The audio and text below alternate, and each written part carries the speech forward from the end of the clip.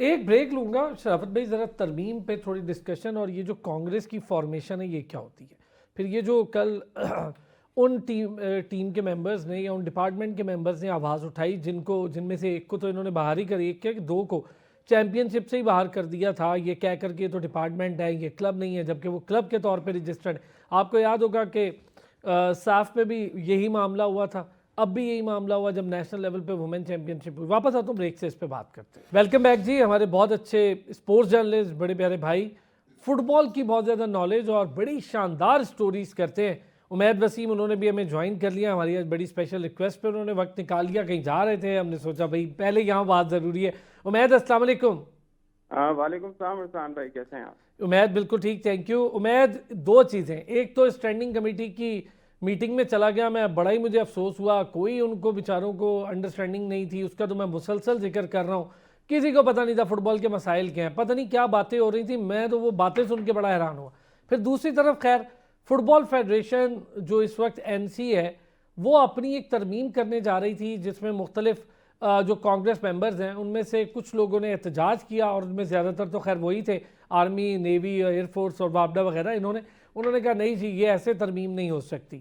کیا چل رہا ہے امید؟ یہ ایسی خفیہ ترمیم جس سے میڈیا کو بھی دور رکھا گیا، کسی کو بلایا بھی نہیں گیا، کیا معاملہ ہے؟